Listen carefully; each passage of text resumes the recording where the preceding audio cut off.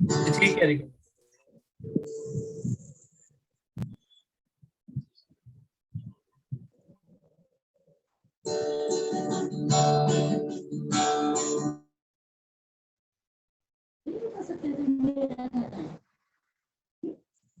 हाय में भी बता कैसे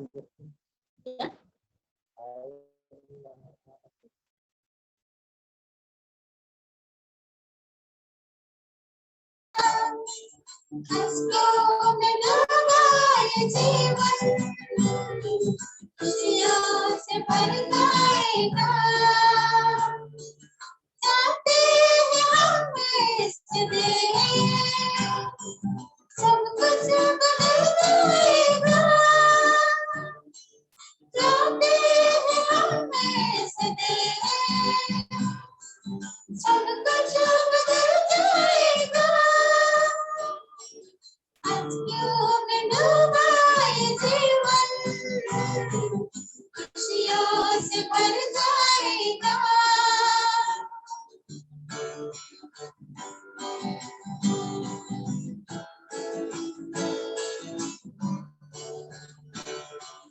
होंगे न होंगे वहाँ, प्यासे न होंगे न होंगे,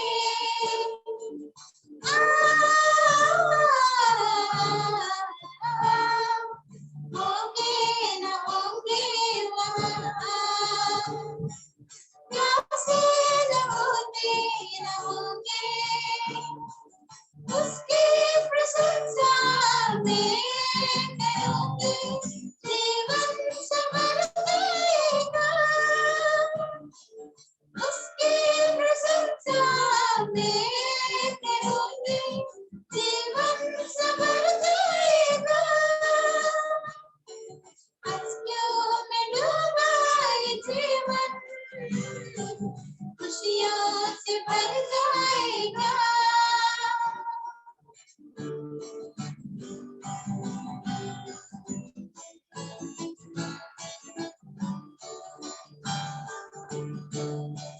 खुशियाँ ये बातें जहाँ के एक दिन तमाम होंगे,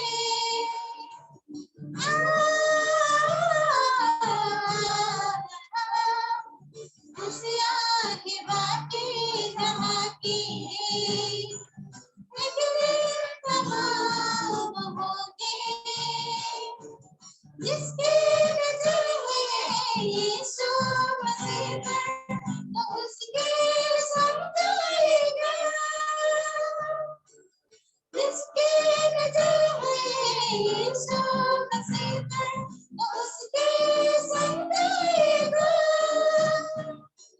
अँधियों में डूबा ये जीवन खुशियों से भर जाएगा, जीवन खुशियों से भर जाएगा। चाहते हैं हम में सजे सब कुछ बदल जाएगा,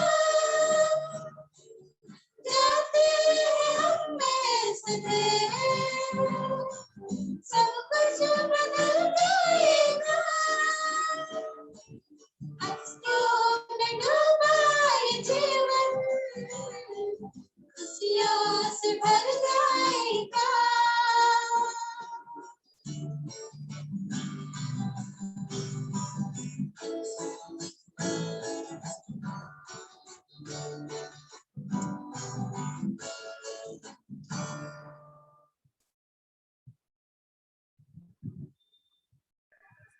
thank you so much sister Rani ji अच्छे गीत के लिए। प्रभु आपको बहुत सारी आशीष दे, आपने बहुत मेहनत की थी इस गीत पे। खुदावंद आपको बहुत सारी आशीष दे, ऐसे ही आप प्रभु की सेवकाई में आगे बढ़ते चले जाएं। और अब समय है आगे का, हमारे आज के स्पीकर का हमारे बीच में मिसेस रेबेका सिंह जी हैं हापुड़ से, और वो आएंगे आज और हमें बाइबल में से डैनियल के बारे में बताएंगे। हम सब आज डैनियल के बारे में जो है वो सीखेंगे। डैनियल स्टडी जो हमने थर्सडे को शुरू की है, और हम हर थर्सडे जो है डैनियल के बारे में सीखेंगे। तो मैं उनका वेलकम करती हूँ। मैम आप आए और हम सबको बताएं। खुदावंद आपको आशीष दे।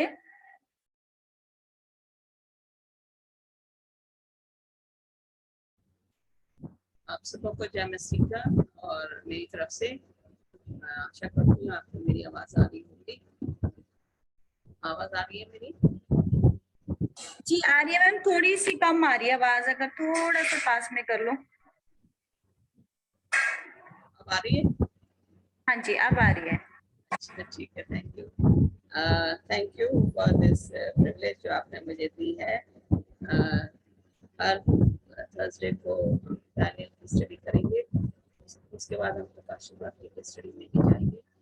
तो सिमरन सिस्टर का मैं धन्यवाद करती हूँ, उनका इंटरेस्ट है इसमें और उन्होंने मुझे बुला दिया डैनियल की पुस्तक पे हम अध्ययन शुरू करें। तो मेरा जो है रेबेका's विटनेस में भी मैं अपने वीडियोस डाल रही हूँ डैनियल स्टडी पे। आप बाद में भी वहाँ जाके सुन सकते हैं और दूसरे लोगों को बता सकते हैं। इससे पहले हम अपने वचन में जाएं, छोटी सी प्रार्थना करेंगे।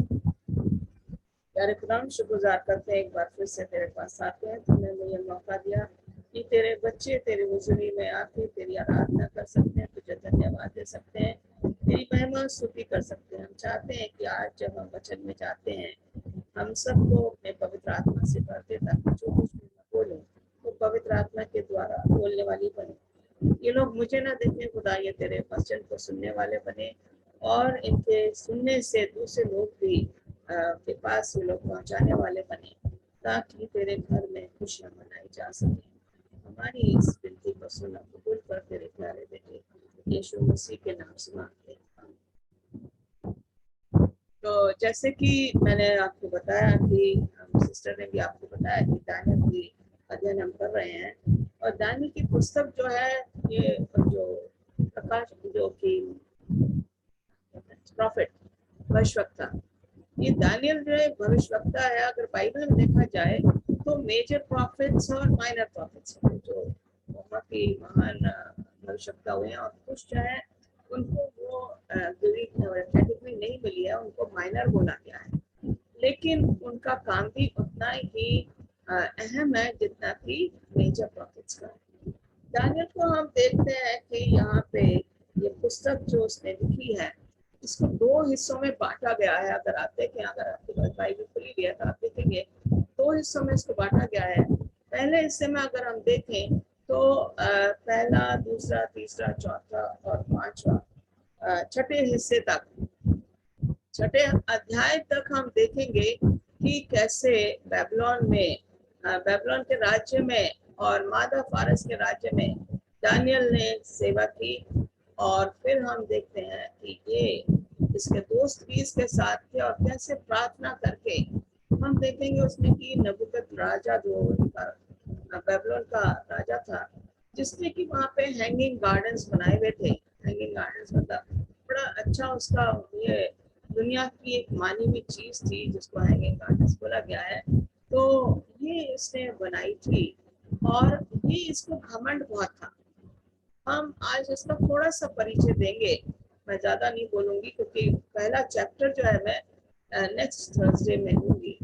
आज मैं सिर्फ इसका परिचय दूंगी। तो आप देखिए कि पहला सेक्शन या पहला भाग जो है दानियल 1 से 6 अध्याय तक है। दूसरा सेक्शन में जब हम जाएंगे तो उसमें हमें भविष्यवाणियां मिलेंगी 7वें चैप्टर से लेकर 12वें चैप्टर तक। जो दानियल ने रोया देखी और जो दर्शन दिखाया गया परमेश्वर ने, वो दानियल का जो रोया है, जो दर्शन है, वो 7वें अध्याय से होकर 12वें अध्याय तक जाता है।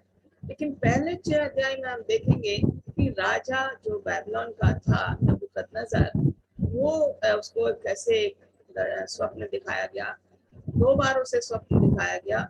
और फिर हम देखते हैं कि बेलशाज़र जो था उसने मंदिर के पात्रों को मंदिर अपने महल में ले आया, और उसमें मंदिर के पात्र जो कि यरूशलेम से लाए गए थे उनमें उसने मदिरा की।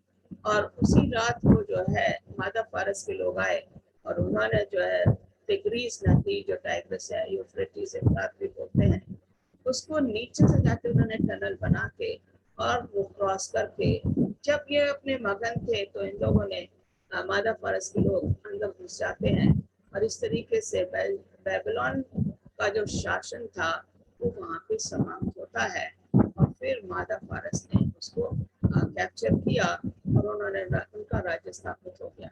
तो हम देखते हैं कि यहाँ पे जो है जैसे जैसे मैं आपको बताती रहूंगी, आप उसको ध्यान से सुनिए और मेरे रेबेका's विटनेस में आप दोबारा अगर सुनना मांगते हैं तो उसको वहां जाके भी सुन सकते हैं। यहाँ पे हम देखेंगे कि दानियल की पुस्तक में ऐसे समय में लिखी गई थी जबकि वहाँ पे मूर्ति पूजक राजा था। बेबीलोन का राजा जो नबूकदनेस्सर था वो मूर्ति पूजा में विश्वास करता था। मार्डोक उनका यूनान का जो मान जिसे कहते हैं लोग या उसको कहते हैं देवी देवता, हम लोग ईश्वर की उसको कैटेगरी नहीं दोगे, हम ईश्वर नहीं बोल सकते क्योंकि एक नहीं थे कि कई देवी देवता थे और उसकी वजह से ये उनकी पूजा में लगते थे। तो ये नबूकदनेस्सर जो है ये जब गद्दी में आया तो इसने सबसे पहले यहूदा पे चढ़ाई की। यहोवा के अगर हम देखें जैसे कि भाई ने इसको पढ़ा था कि यहूदा के राजा यहोयाकीम के राज्य के 3रे वर्ष में बेबीलोन के राजा नबूकदनेस्सर ने यरूशलेम पे चढ़ाई करके उसको घेर लिया। हम देखते हैं कि 3 बार नबूकदनेस्सर राजा जो है उसने यहूदा पे कैप्चर किया, यरूशलेम को कैप्चर किया, वहां से लोगों को अपने राज्य में लेकर आ गया खदेड़ के और राजाओं को भी खदेड़ के लाया है और इस तरीके से जो है यरूशलेम जो है पूरा खाली हुआ। देखते हैं इसका जो कि यिर्मयाह जो था यिर्मयाह, उसने भविष्यवाणी की थी कि यरूशलेम जो है इसका सर्वनाश होगा और बेबीलोन के राजा के द्वारा होगा। और इस तरीके से हम देखते हैं कि इसने चढ़ाई करी और ये जो है यहोयाकीम का 3रा साल था जब वो बेबीलोन पर राज्य कर रहा था और नबूकदनेस्सर का 2रा वर्ष था जब वो यहाँ पे चढ़ाई करके आता है और इस तरीके से उनको लेके चला जाता है। हम देखते हैं कि यहाँ पे नबूकदनेस्सर राजा जब दूसरी बार आता है तो यहाँ पे वो दानियल और उसके 3 दोस्त हैं उनको भी कैप्चर करके ले जाता है और भी जितने नौजवान लोग जो थे जो देखने में बड़े सुंदर और हैंडसम थे उनको भी लेके जाता है कि इनको मैं अपने मिलिट्री या सेना में डालूंगा, इनको ट्रेनिंग दूंगा, इनको बेबीलोन के जैसे इनको भाषा सिखाऊंगा, इनका खाना पीना अपने राज्य से करूंगा और इस तरीके से जो है मैं इनको अपने राज्य के लिए तैयार करूंगा। ये उसने जो है अपने मन में ये ठान रखा था। और हम देखते हैं कि दानियल और उसके 3 दोस्त भी यहाँ पे आ जाते हैं। मैं ये पहला चैप्टर जो अभी नहीं करूंगी, मैं आपको थोड़ा सा मैंने आपको हिस्टोरिकल बैकग्राउंड दिया है, इसका ऐतिहासिक मैंने वो बनाई है इसकी किस तरीके से नबूकदनेस्सर ने करा और वो मंदिर के पात्र भी ले गया। जब वो मंदिर के पात्र ले जाता तो उसने उनको अपने देवताओं के मंदिर में रखा। आगे पढ़ेंगे इसमें। तब परमेश्वर यहूदा के राजा 2री आयत में यहोयाकीम को परमेश्वर के भवन के कई पात्रों सहित उसके हाथ में कर दिया। ये मैं नहीं बोल रही अजीजों, ये मेरी बाइबल बता रही है और जिस तरीके से दानियल ने इसका वर्णन किया है वो बता रहा है कि कहाँ रखा, पात्रों को शिनार देश में, वहां पे उसकी बड़ी बड़ी मूर्तियां बनी हुई थी मंदिरों में, वहां ले जाके उसने उन मंदिर के यरूशलेम के मंदिर के पात्रों को, बर्तन जितने थे सोने चांदी के जितने बर्तन थे सब वो वहां ले जाता और अपने वहां पे मंदिर में रखता है और अपने देवता के मंदिर में ले जाता है। आप ये सोच सकते हैं कि अगर एक बुत परस्ती में इंसान है तो वो बुत परस्ती के लिए ही जाएगा, उसी की तरफ वो बढ़ेगा। और यहाँ पे ये ऐसा करता है और अपने देवता के भंडार में उसने रख दिया। मैं सिर्फ आज पहली और 2री आयत पे गौर करूंगी। मैं ये बताना मांगती हूँ कि नबूकदनेस्सर राजा जो है, जो महान बेबीलोन का राजा है, किस तरीके से वो परमेश्वर की महिमा करता है और ये ऐसा उसके साथ 3 बार होता है। तो मैं उस चीज का नबूकदनेस्सर के राजा के बारे में बताना चाहती हूँ कि पहली बार अगर हम देखें, मैं डिटेल में जाऊंगी, पहली बार अगर देखें तो दानियल बादशाह को 2रे अध्याय में देखें तो उसे एक दर्शन, एक स्वप्न दिखा गया जिसमें कि 4 धातुओं की वो थी एक स्टैचू। सोना, सोने का सर बेबीलोन का राजा था। फिर एक दूसरी धातु थी सिल्वर, चांदी, जो कि मादा फारस को जाहिर करती है। तीसरी जो धातु थी उसमें वो थी कांस, ओके, ब्रॉन्ज जिसे हम कहते हैं, वो यूनान को जाहिर करती है।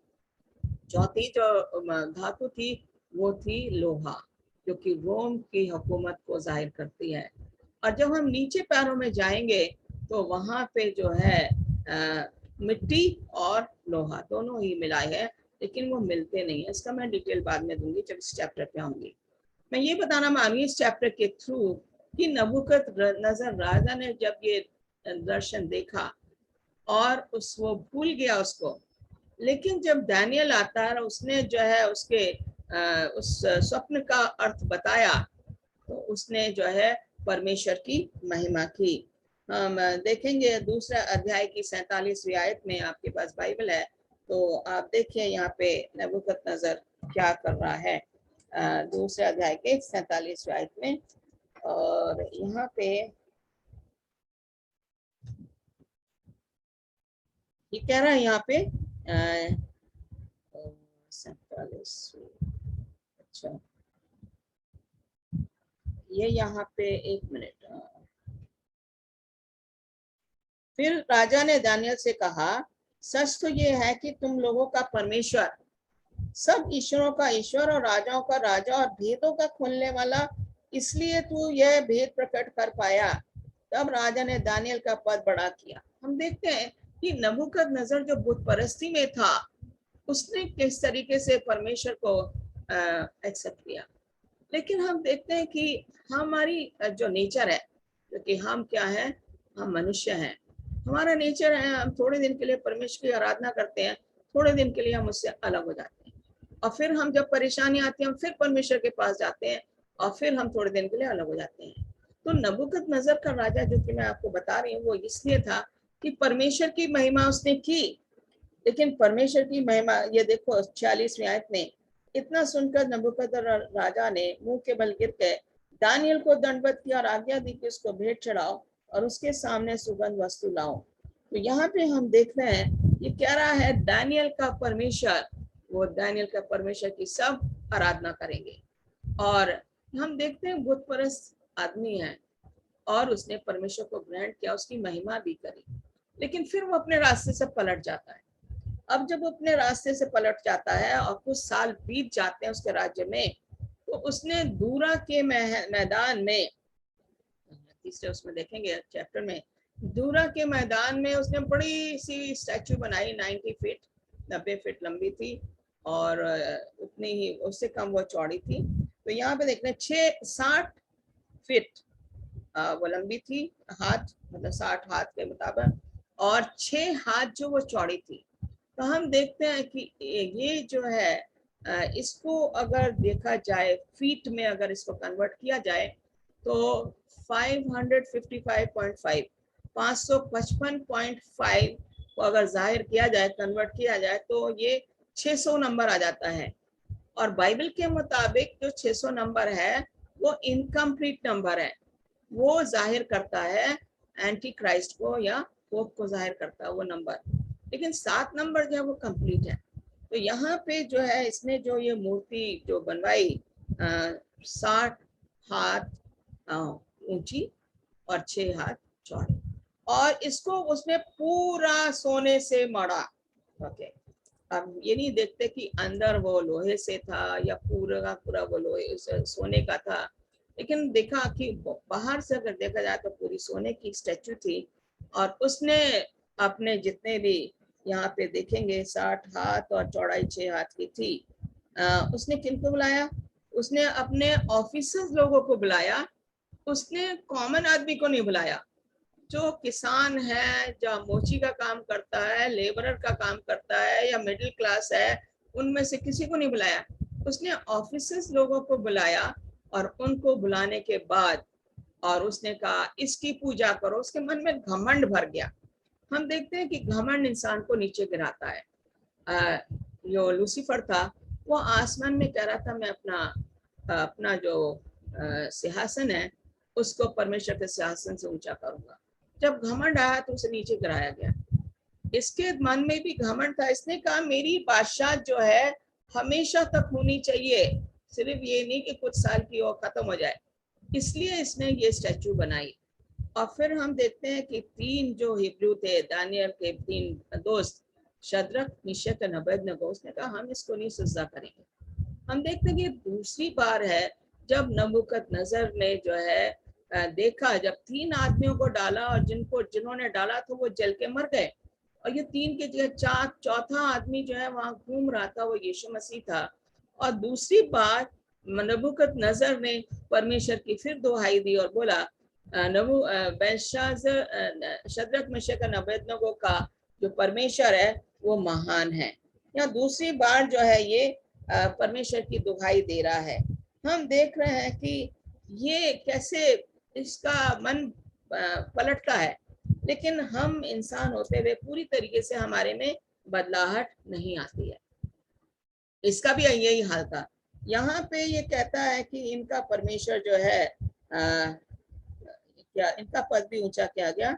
यहाँ पे 29वीं आयत में, तीसरे अध्याय की 29वीं आयत में अगर देखें, इसलिए अब मैं आज्ञा देता हूँ कि देश देश और जाति जाति के लोगों, भिन्न भिन्न भाषा बोलने वाले में से कोई शद्रक, मिशक और अबेदनगो के परमेश्वर की कुछ निंदा करेगा तो वह टुकड़े टुकड़े किया जाएगा और उसका घर पूरा बनाया जाएगा, क्योंकि ऐसा कोई और देवता नहीं जो इस रीति से बचा सके। हम देख रहे हैं कि पहला स्वप्न हुआ, दानियल ने उससे बताया, उसने कहा दानियल का परमेश्वर महान है। दूसरी उसने मूर्ति बनाई और उसने सोचा मेरा राज्य हमेशा तक रहना चाहिए। लेकिन जब शद्रक, मिशक और आग में डाला गया तो दूसरी बार उसने फिर परमेश्वर की दुहाई दी। यहाँ पे दोबारा वो उसके मन में बदलाव आता है, लेकिन कुछ और साल बीत जाते हैं बहनों भाइयों।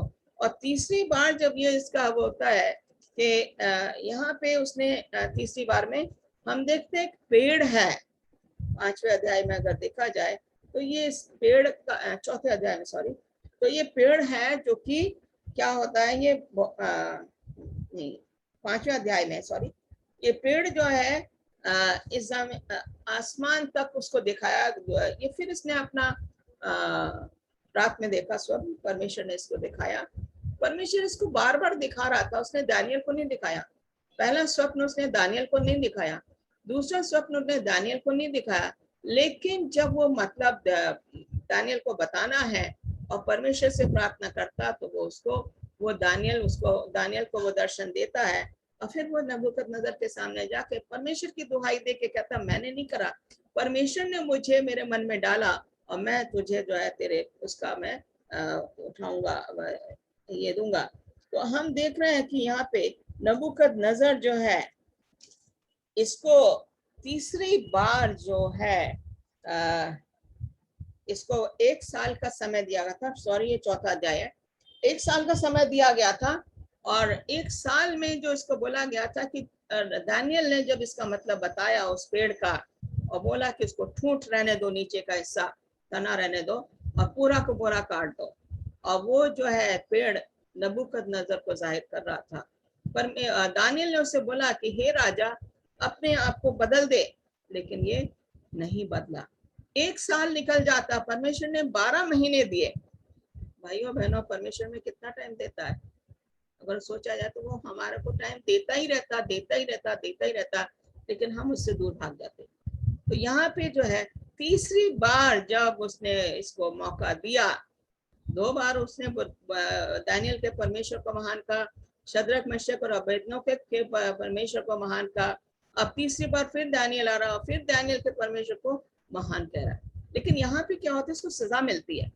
अगर देखा जाए, मैं डिटेल में बाद में जाऊंगी, कह रहे हैं चौथे अध्याय की 28वीं आयत में, ये सब कुछ नबूकदनेस्सर राजा पे घट गया।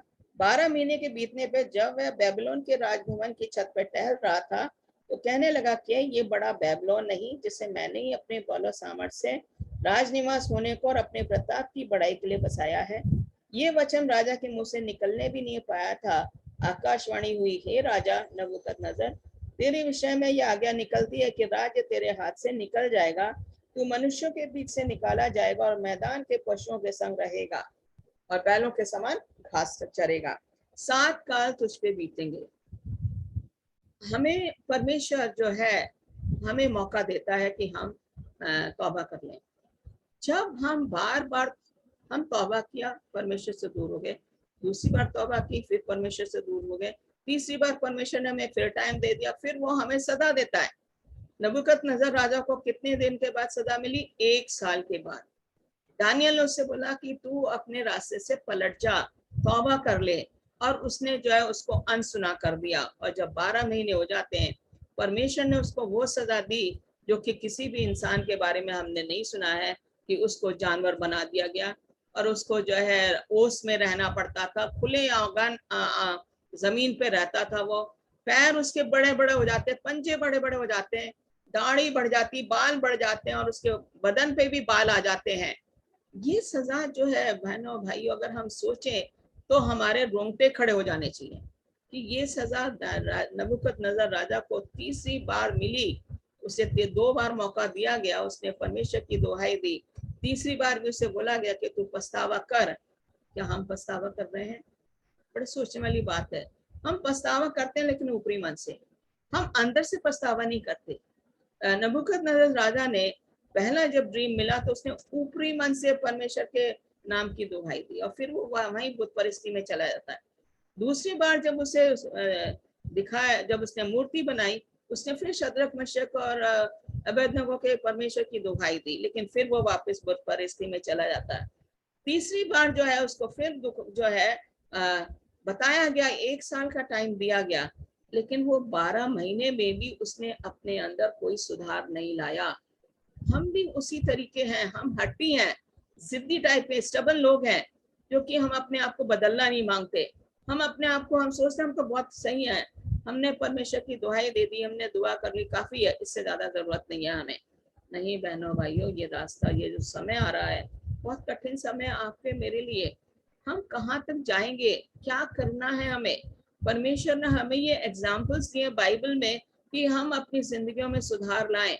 अगर इन अभिनव अनुभव से जो कि बाइबल में हमें दिए गए हैं, ये प्रैक्टिकल लाइफ है जो कि हमें दिखाई गई है, हमें पढ़ना है, अपने आप को वैसे ही ढालना। अगर हमने ये प्रैक्टिकल लाइफ को देख के दूसरों की जिंदगियों से अगर हमने अपने आप में सुधार नहीं लाया, नबूकदनेस्सर राजा को तो उसने जानवर बना दिया। और 7 साल के बाद, ठीक 7 साल बोला है यहाँ पे, 7 शीतकाल, मतलब 7 साल के बाद जब उसने ऊपर नजर उठाई, परमेश्वर ने उसको सुना, उसकी दोहा, उसने परमेश्वर की दुहाई दी और फिर उसको उसका बेबीलोन का राज्य वापस दिया जाता है। उसके बाद पर इसमें पूरी तरीके से बदलाहट आती है नबूकदनेस्सर राजा में। वो दोबारा बुत परस्ती में नहीं गया और उसने जो है जहाँ पे उसने जाके बताया लोगों को कि परमेश्वर महान है, उसने अच्छे काम किए। जब उसको 7 साल की सजा मिलती है, और मैं सोचती हूँ कि वो आदमी, जब नबूकदनेस्सर की मृत्यु हुई, तो वो एक विश्वासी इंसान था जिसने कि परमेश्वर की दुहाई दी। जब हमारे अंदर बदलाव आता है तो पूरी तरीके से बदलाव आता है, परमेश्वर हमें बदल देता है। अगर हम सच्चे मन से उसको खोजें, सच्चे मन से उसकी आराधना करें, सच्चे मन से उसके रास्ते पे चलें, सच्चे मन से परमेश्वर के वचन को बांटें, सच्चे मन से परमेश्वर से प्यार करें। परमेश्वर से प्यार करने का मतलब है आपस में एक दूसरे के साथ मिलकर प्यार करें। हम दिखावटी प्यार नहीं परमेश्वर चाहता हमसे, वो चाहता है कि हम सच्चे मन से परमेश्वर की आराधना और उससे प्यार करें। अगर हम आपस में प्यार करते हैं, परमेश्वर जानता है हमारे दिलों को, हमें दूसरों को बताने की जरूरत नहीं है, क्योंकि परमेश्वर हमें अंदर से भी जानता है और बाहर से भी जानता है। परमेश्वर जानता है कि हम कब दिखावटीपन कर रहे हैं और कब हम सच्चे मन से उसकी आराधना कर रहे हैं। तो आज मैं सिर्फ ये 2 ही आयतों के ऊपर मैं कहूंगी, और अगला जो मेरा लेक्चर होगा वो पहले अध्याय को होगा। तो ये मैंने सिर्फ आपको आज का बैकग्राउंड दिया है, और आप इसको पूरे अध्याय को पढ़ सकते हैं, पहले अध्याय को, और इसके ऊपर हम डिस्कस करेंगे अगले हफ्ते। खुदा आपको बरकत दे। God bless you.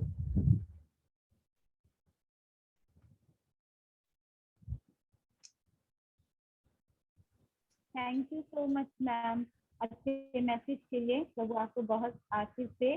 और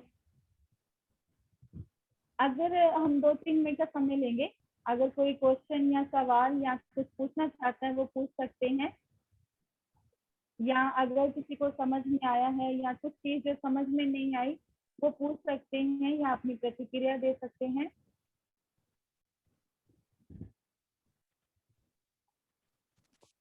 मैं बोलना चाहती हूँ नीतू। जी सिस्टर नीतू जी।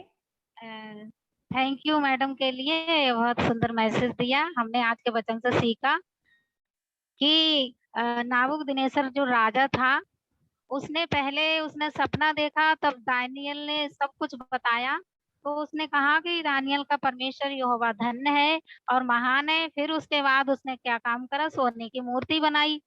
और सोने की मूर्ति बनाई तो उसने क्या ऑफिसर को बुलाया, और उसके बाद फिर भी उसके अंदर क्या आ गया, घमंड आ गया। उसने फिर भी भूल गया परमेश्वर के लिए। और फिर बाद में क्या हुआ, ऐसे ही हमें भूलना नहीं है और हमें पूरा ही बदलना है। बाद में फिर भी उसने दुहाई दी परमेश्वर कि सदरक मेशक अबेदनगो का परमेश्वर महान है। ऐसे ही हमें क्या करना है, पूरा बदलना है और हमें घमंड नहीं करना है। Thank you. Thank you so much sister ji. Sister Kamlesh ji, आप बोलना चाहते हैं? सबको जय मसीह की। इस पार्ट मतलब वचन बहुत अच्छा था जो कि मैडम ने बोला है कि हमें कभी भी घमंड नहीं करना चाहिए। जैसे कि एक बार प्रभु देखता है, फिर माफ कर देता है, फिर दूसरी बार, तीसरी बार, लेकिन हमें हर बार ये ऐसा नहीं करना चाहिए कि प्रभु को हर बात बुरी लगे। हमें वो करना चाहिए कि जो हमें ऐसा काम करना चाहिए कि जैसे कि प्रभु की नजर में हम अच्छा काम करें, प्रभु की आराधना सच्चे मन से करें। और सच्चे, वो सब जानता है, सबके दिलों के गुर्दों को जांचता परखता है, प्रभु सबके मनों को जांचता है। इसलिए हमें ये सोचना चाहिए कि हमें प्रभु का भय मानते हुए उसकी आराधना करनी चाहिए। Thank you. Thank you sister Kamlesh ji. Brother Milan ji. Thank you sister ji, बहुत अच्छा वचन था दासी ने सानू दिता। अच्छा ਅੱਜ बहुत कुछ सिक्खिया दानियल दे 4 ਚੈਪਟਰ ਦੇ ਵਿੱਚੋਂ, ਔਰ ਬਹੁਤ ਕੁਝ ਸਿੱਖਣ ਨੂੰ ਵੀ ਮਿਲਿਆ ਕਿ ਸਾਨੂੰ ਪ੍ਰਭੂ ਨੂੰ ਜਾਣ ਕੇ ਵੀ ਜਦੋਂ ਅਸੀਂ ਦੇ ਚਮਤਕਾਰ ਵੀ ਸਾਡੇ ਜੀਵਨ 'ਚ ਹੋ ਜਾਂਦੇ ਨੇ, ਫਿਰ ਵੀ ਉਹਨੂੰ ਭੁੱਲ ਜਾਂਦੇ ਹਾਂ ਤੇ ਸਾਡੇ ਉੱਤੇ ਕਈ ਵਾਰ ਇਹੋ ਜਿਹਾ ਕਸ਼ਟ ਆ ਜਾਂਦਾ ਜਿਹੜੀ ਸਾਡੀ ਹੀ ਕਾਰਨ, ਸਾਡੇ ਹੀ ਜਦੋਂ ਅਸੀਂ ਪਰਮੇਸ਼ਰ ਦੇ ਵਿਰੋਧ 'ਚ ਖੜੇ ਹੁੰਦੇ ਹਾਂ ਜਾਂ ਪਰਮੇਸ਼ਰ ਨੂੰ ਜਾਣ ਕੇ ਵੀ ਅਣਜਾਣੇ ਕਰ ਦਿੰਦੇ ਹਾਂ ਤੇ ਸਾਨੂੰ ਬਹੁਤ ਜ਼ਿਆਦਾ ਮੁਸੀਬਤਾਂ ਦੇ ਵਿੱਚ ਚਲੇ ਜਾਂਦੇ ਹਾਂ। ਇਹ ਵੀ ਬਹੁਤ ਵਧੀਆ ਸਿੱਖਣ ਨੂੰ ਮਿਲਿਆ ਕਿ ਕਦੇ ਵੀ ਪਰਮੇਸ਼ਰ ਨੂੰ ਜਾਣ ਕੇ, ਉਹਦੇ ਵਚਨ ਨੂੰ ਜਾਣ ਕੇ ਵੀ ਆਹ ਪਰਮੇਸ਼ਰ ਦੇ ਵਚਨ ਦੇ ਵਿੱਚ ਪਾਪ ਹੈ, ਸਾਨੂੰ ਨਹੀਂ ਕਰਨਾ ਚਾਹੀਦਾ। ਔਰ ਹੋਰ ਵੀ ਜਿਹੜਾ ਮੈਂ ਸਿੱਖਿਆ ਦਾਨੀਏਲ ਦੇ ਪਹਿਲੇ ਚੈਪਟਰ 4 ਦੇ ਵਿੱਚੋਂ ਜਿਹੜੀ ਰਾਜੇ ਦੇ ਬਾਰੇ ਔਰ ਦਾਨੀਏਲ ਦੇ ਫਰੈਂਡਸ ਦੇ ਬਾਰੇ, ਮੈਂ ਪ੍ਰਭੂ ਜੀ ਦਾਸੀ ਦਾ ਬਹੁਤ ਧੰਨਵਾਦ ਕਰਦਾ ਕਿਉਂ ਜੋ ਬਹੁਤ ਅੱਛਾ ਗਿਆਨ ਹੈ ਉਹਨਾਂ ਕੋਲੋਂ, ਪ੍ਰਭੂ ਨੇ ਬਹੁਤ ਅੱਛਾ ਗਿਆਨ ਦਿੱਤਾ ਹੈ। ਤਾਂ ਕੋਸ਼ਿਸ਼ ਕਰਾਂਗੇ ਵੀ ਜਿੰਨਾ ਉਹਨਾਂ ਨੇ ਵਚਨ ਸਿਖਾਇਆ ਇਹਨੂੰ ਆਪਣੇ ਜੀਵਨ ਦੇ ਵਿੱਚ ਰੱਖੀਏ, ਇਹਨੂੰ ਹੋਰ ਵਧਾਈਏ ਤਾਂ ਕਿ ਉਹ ਪਰਮੇਸ਼ਰ ਦੇ ਕੰਮ ਦੇ ਵਿੱਚ ਹੋਰ ਜ਼ਿਆਦਾ ਵਧੀਏ। ਸਾਰਿਆਂ ਨੂੰ ਜੈ ਮਸੀਹ ਦੀ। जय मसीह की आमीन। Thank you so much brother ji. कोई और तो नहीं है बोलने के लिए, नहीं तो हम प्रोग्राम को आगे बढ़ाएं। ओके। और मैं मैम का बहुत बहुत धन्यवाद करती हूँ इतने अच्छे सुंदर मैसेज के लिए। बहुत अच्छा जो है आज हमने सीखा, समझाया। प्रभु ऐसे ही हमें समझ ज्ञान बुद्धि दे ताकि हम आए लोग कर दिया। चल बैग चुक के छड़ जावा जल्दी।